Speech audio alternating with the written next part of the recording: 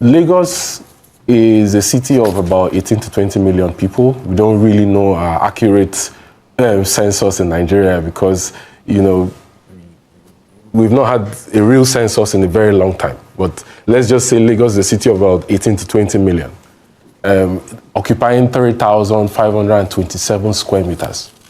I think which is the smallest landmass in Nigeria. It has a GDP of over $4,500 per capita when you look at it in real times, compared to the per capita of Nigeria of about $2,520 US. The question now becomes, of the 6 different ports in Nigeria, Warri, Onne, Calabar. Calabar, by the way, was the first deep sea port in Nigeria because Calabar was the first federal capital of Nigeria. Apapa, Tinkan, you know, how many of them are operational? How many of them are operational today? Look, Onne Seaport is designated as exploration and production for oil and gas, which means that if you're bringing any goods that is non-oil and gas cargoes, the rates that your charge is not, it makes the port uncompetitive. So if you bring a car through on there, you're going to pay more as compared to what you pay in Lagos, which means that Lagos will be the preferred seaport for bringing in cars and every other cargo. And cars, by the way, are one of the major imports Nigeria that constitutes a share of our major imports, especially from the US. Okay? Why would you not invest in raising the channel draft in Calabar? In 2006, a contract was awarded to a Dutch company to embark on rehabilitation of that seaport and to raise the channel draft. The government had issues with the company over contract variation costs, and that lingered for a long time. When the government attempted to go back to do it, the company says that you cannot, and the case was in court. In 2022, that case was taken out of court for out-of-court settlement. The immediate past MD of MPA says that, oh, you've taken the case out of court, we're going to work on raising the channel draft. The Calabar Seaport is dead. Like, you barely have vessels coming there, maybe 1 vessel per week compared to Lagos. How do you build an economy when the smallest state by landmass that has the highest per capita income with the highest population, right, has the only functioning seaport in Nigeria, while everybody else is left to go home and dry? It doesn't make sense. This is the reason why I'm saying to the president that it is economic injustice and Nigeria is structurally, like skewed to favor Lagos economy. And this is the basic truth. The Calabar deep seaport draft has not been done. The documents at the ICRC has been cleared for Akwa Ibom deep seaport project in Ibom. Yeah, the federal government has sat on it because if you look at the structure, 20% of the shares belongs to the federal government, 20% belongs to the state government, and 60% belongs to interested private sector investor. And that 60% was given as a 34-year concession, a PPP with Bolloré Logistics, like 2 or 3 years ago. Bolloré, the French company, ended up selling itself to MSC, Mediterranean Shipping Company. Mediterranean said they are doing revalidation. Why is the federal government not putting as much effort in making sure that they start building Akwa Ibom Deep Seaport, like they did for Lekki Deep Seaport in Lekki Free Trade Zone? And now the Minister of Marine and Blue Economy is saying that they are going to, cut investors, and they are doing drawings to see that they start Bakassi Deep Seaport. How can Lagos have 3 functioning seaports with a 4th one in the works and every other place is languishing?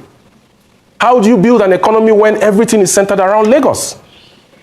Is it because the Lagos establishment is afraid that if there is an operational seaport in the Eastern Maritime Flank, which geographically is better for maritime operations, you're going to have diversion of port operations from the southeast, the south-south, the northeast to Akwa Ibom? Is it because they're afraid of revenue losses? It doesn't make any sense.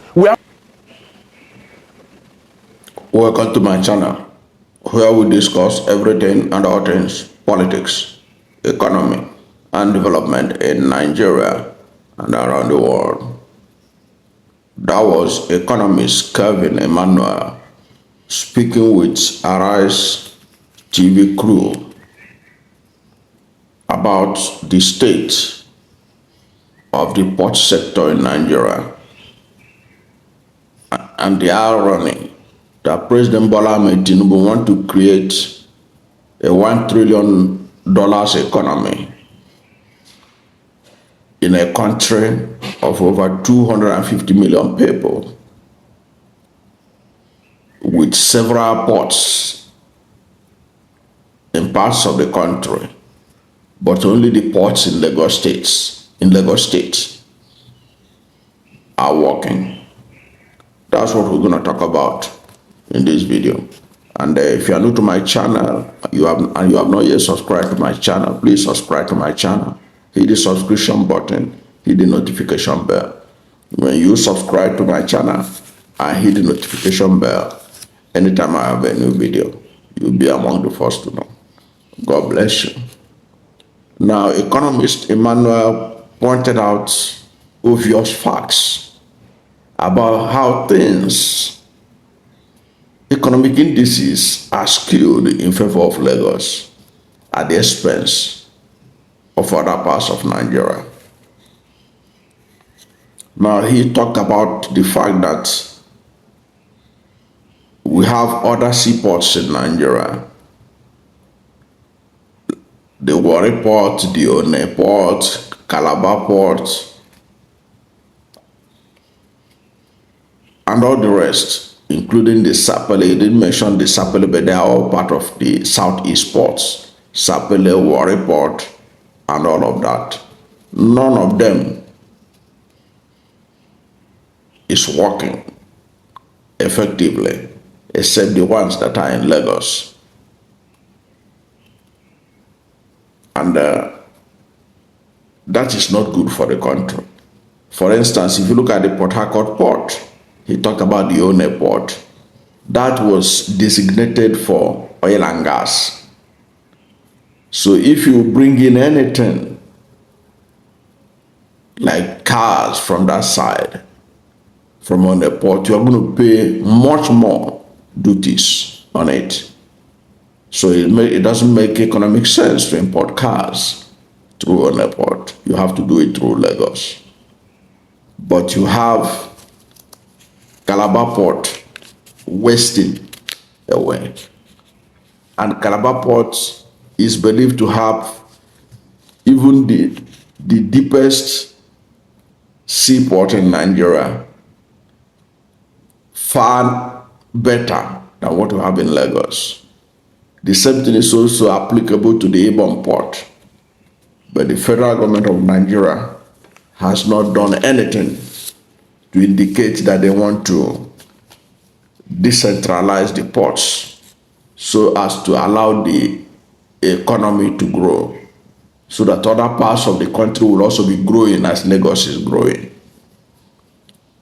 What they don't seem to understand is that as long as they want Lagos alone to be growing and other parts of Nigeria are stagnating, Lagos growth will amount to virtually nothing. That's what Emmanuel was referencing. A situation where Lagos has higher GDP, almost double the GDP of the Federal Republic of Nigeria. It has the least land mass, has the highest population.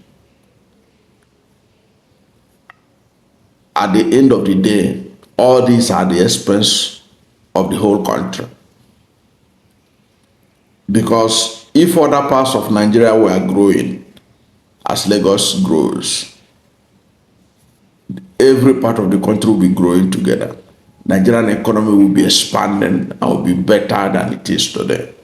But for obvious reasons, Nigerian leaders, including President Bola Ahmed Tinubu, have not seen any reason yet to develop the Southeast ports so that they can compete with the Lagos port to grow the economy of Nigeria.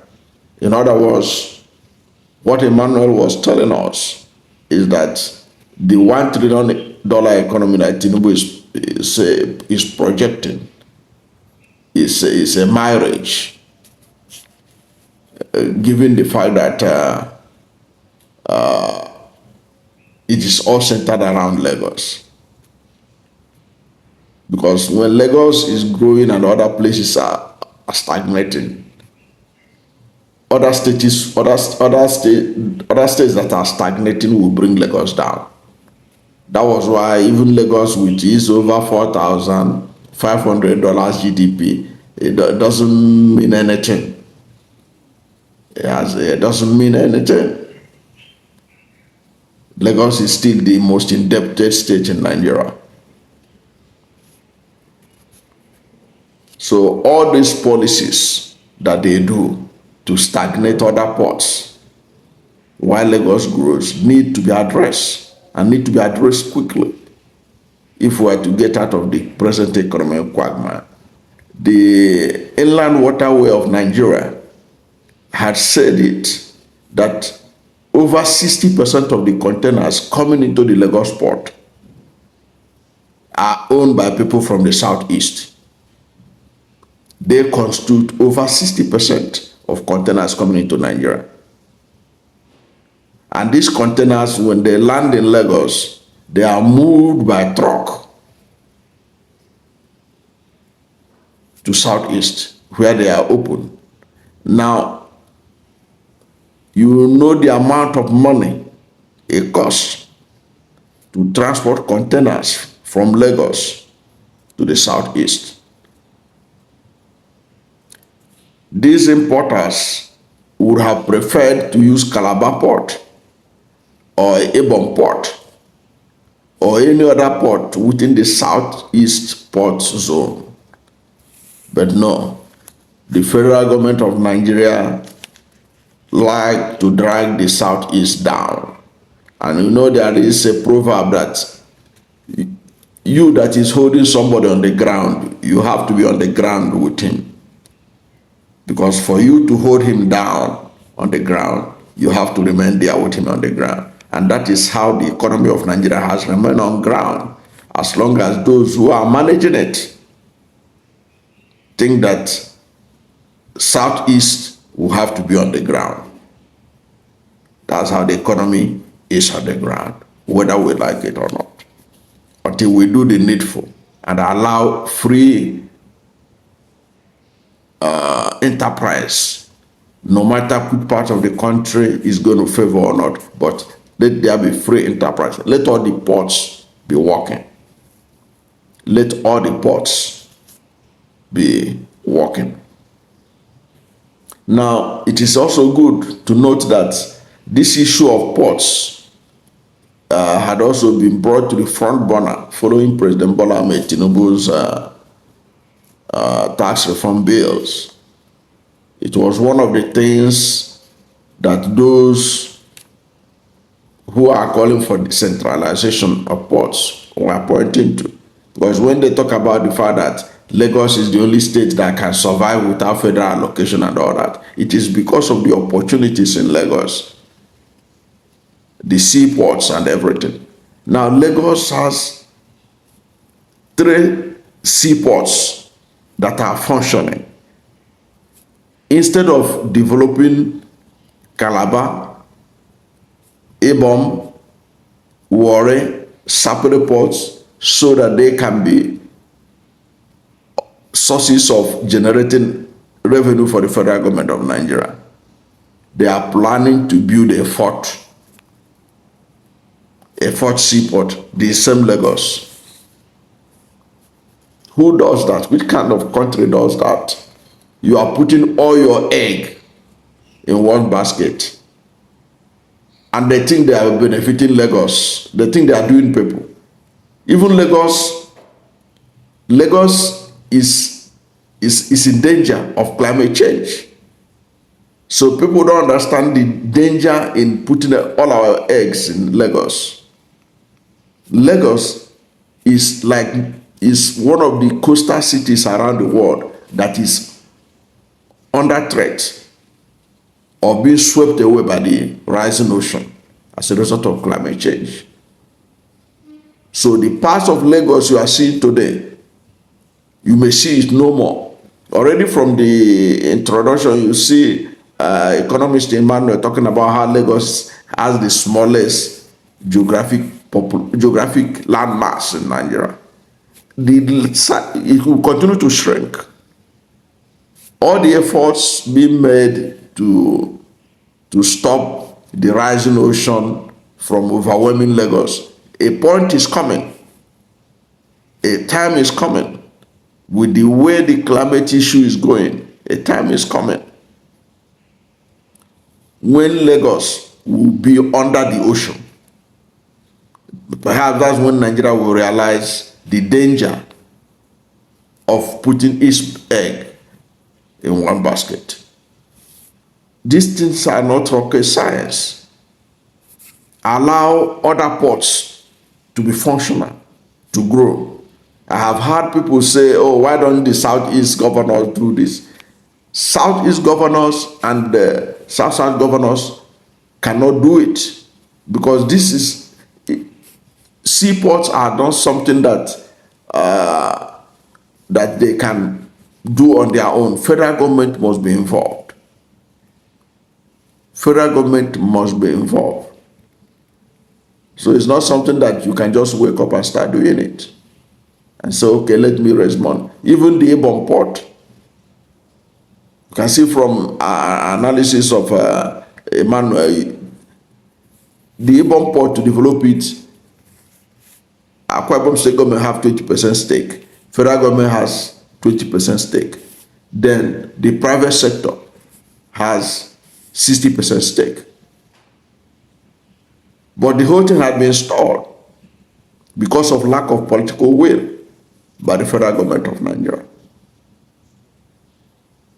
So if we are really serious that we want to get our economy out of the present doldrums, or that Tinubu is serious about having a $1 trillion economy,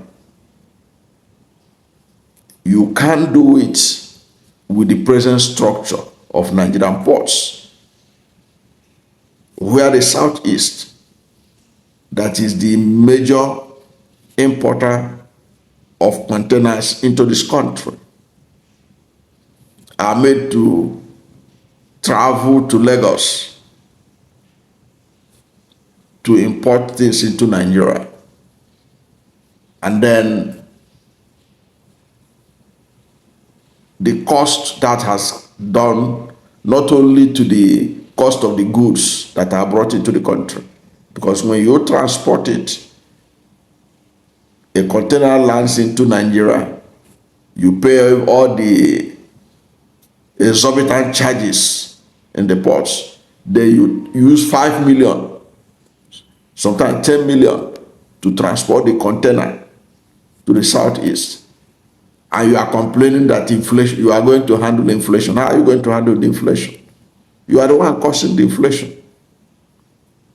It would have been better for the containers to land through Akwa Ibom or through Calabar port, so that it will take shorter distance to get to the Southeast. But the federal government of Nigeria, President Bola Ahmed Tinubu, they are not thinking about it. What his cousin, the former governor of Osun State, who he made the Minister of Blue Economy, what he's planning now is to build a new port in Lagos, instead of thinking how to make how to make Ebon port to work, how to make Calabar port to work. Do you know that the money they have budgeted, they are spending on the so-called superhighway or coastal highway from Lagos to Calabar? If that money had been used to revitalize Calabar ports, Ebon port, Warri port, Sapele port, all these Southeast ports, if they had that money is budgeted for their revitalization and all that, it would have made much impact, much more meaning to the economy of Nigeria than that so-called highway, coastal highway they say they are building from Lagos to Calabar. For what purpose? Calabar has seaport, Lagos has seaport. So what is the need connecting Calabar with Lagos? For what purpose? For what purpose? Is it that Calabar, when people will if you are living in Calabar, you're supposed to be importing your things from Lagos port, then when they come, they will transport it to you to Calabar. What kind of country does that? That money could have gone to revitalize the ports. But even though we can't stop the highway, the coastal highway going on, but they have to look for money to make all the other ports work. If they are really serious to revitalize the economy of Nigeria, and they are serious about a 1 trillion economy. That's my understanding. That's my take on this. Everything must be done to decentralize the concentration of port in one state.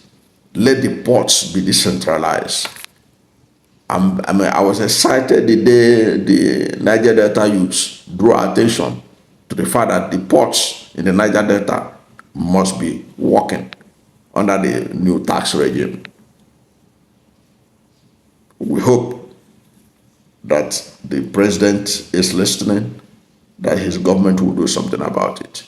I don't know what to think about this, but whatever is your position, let's hear from you at the comment section. Thank you for watching this video. And if you are new to my channel, you have not yet subscribed to my channel, please subscribe to my channel. Hit the subscription button, hit the notification bell.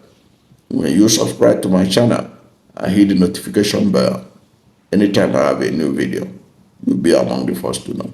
God bless you. And please don't forget to like this video, because when you like it, God will rank it high and recommend it for more people. Thank you, and God bless you and yours.